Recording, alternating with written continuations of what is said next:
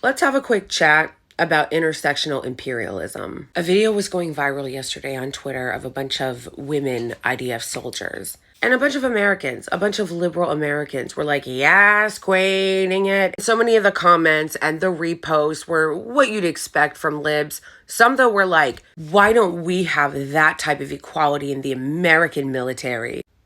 Okay, so let's watch this cringe fest and then we'll talk about it on the other side.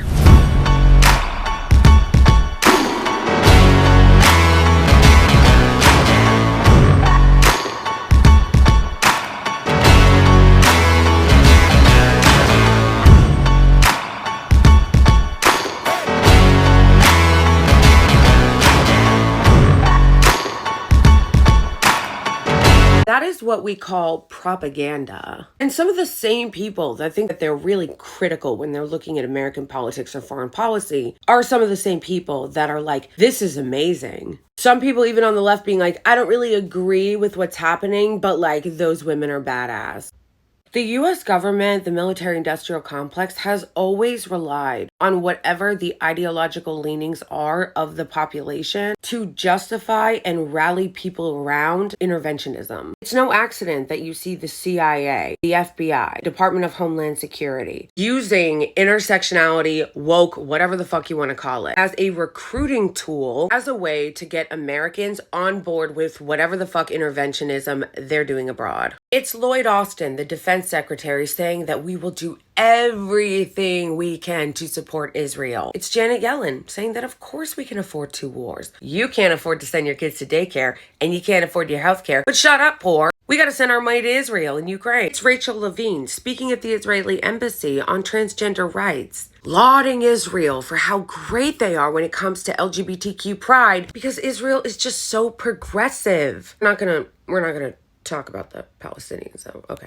It's Nikki Haley saying that we should, quote, finish them. But listen, Nikki Haley is not just a person of color like Lloyd Austin. She's not just a woman like Janet Yellen. She's a person of color and a woman. So I'm going to need you to not ask any further questions. And some of you libs are going to be like, why are you criticizing that diversity is important? Yeah, it is. I think that diversity is very important, and I think representation is very important. But what I also think is that some of you are not thinking critically enough about what we are doing in other countries. Some of you are so easily sucked in by the propaganda of the military-industrial complex and our foreign policy establishment that you really think that there's a difference between this and this. And some of you that were praising the IDF military soldiers just because they were women are really giving this energy. Because what I need you to understand is that the right-wing hysteria over the woke foreign policy or woke military is just rooted in racism and sexism. A lot of them are just bigots and like sexist, and they don't want to see any type of representation in these institutions.